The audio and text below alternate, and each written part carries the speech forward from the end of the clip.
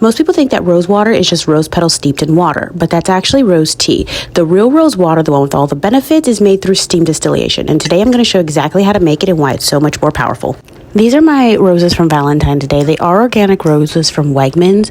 Use what you have available. Organic is always going to be best, especially when you are dealing with a plant and trying to consume it, because I will be making rose tea as well, and both the rose water and the tea are completely edible. You want to gently peel back the layers and put them into a bowl.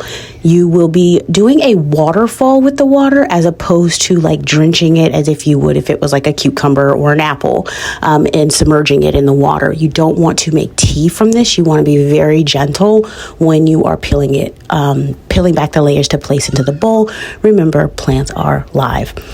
So once you do that, you will use about 1 teaspoon to 2 of baking soda. You do want to cleanse these. You do not know who has touched them, coughed them, or what have you. So plain water, in my opinion, is simply not enough.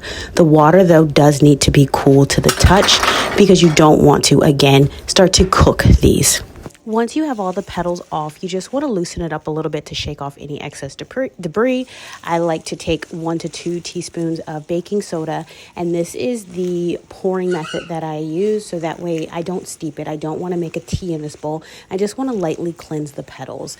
And so I'm going through just kind of tossing them, making sure that they're getting rinsed off, getting off the baking soda or anything that I might see, if I left any stems or anything like that on there. You don't want to let this sit in the water. So once you are done rinsing, you just want to give it like a quick little squish.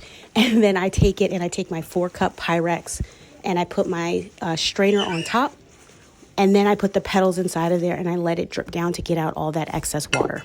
You don't need these to be bone dry because I will be making a tea out of it, but I do want to make sure that I got off any of that baking soda water that I can. So now I have a glass pot and a glass bowl, small glass bowl that I've turned upside down to kind of create a well. I put the petals around it, and then I put the other glass bowl right on top of that one, and that is what's going to catch our hydrosol. I put about 1 cup to 2 cups of water, just depending on how many leaves you did all together. And then I put a lid. I got this lid from my rice cooker and I took the handle off only because I didn't want to contaminate it if there happened to be any dust or debris or soap on there. And then from there, once it starts to boil, I turn it down to low. I take an ice bag, it's a Ziploc bag with ice in it, and I put that on top to help the process go faster to create more steam. And as you can see, it's catching all of that hydrosol, and that's going to be our liquid gold. After about 30 minutes, you can remove the bag. Because it was on low, it wasn't really hot to me, so do test it to make sure. You can let it sit there, but remove it from the heat. It's still collecting any hydrosol that's dripping off, so I actually put that on top of the Pyrex to continue to catch any more of it. Once it's cooled, I do remove the hydrosol so I don't accidentally knock it over. All of that is rose tea, and you're being confused and told that that is rose water. See, the leaves start to look like cabbage. So that hydrosol that's right there, it should be perfectly clear. I put it inside of a bottle. I do use a preservative. Whether you need to use a preservative for a hydrosol, I'm not really sure, but I've read conflicting things about it. I like to. You can use pure vodka. I used bitters, cocktail bitters, because that's what I had on hand. It will change it a little bit in color, but as you can see, rose water is clear.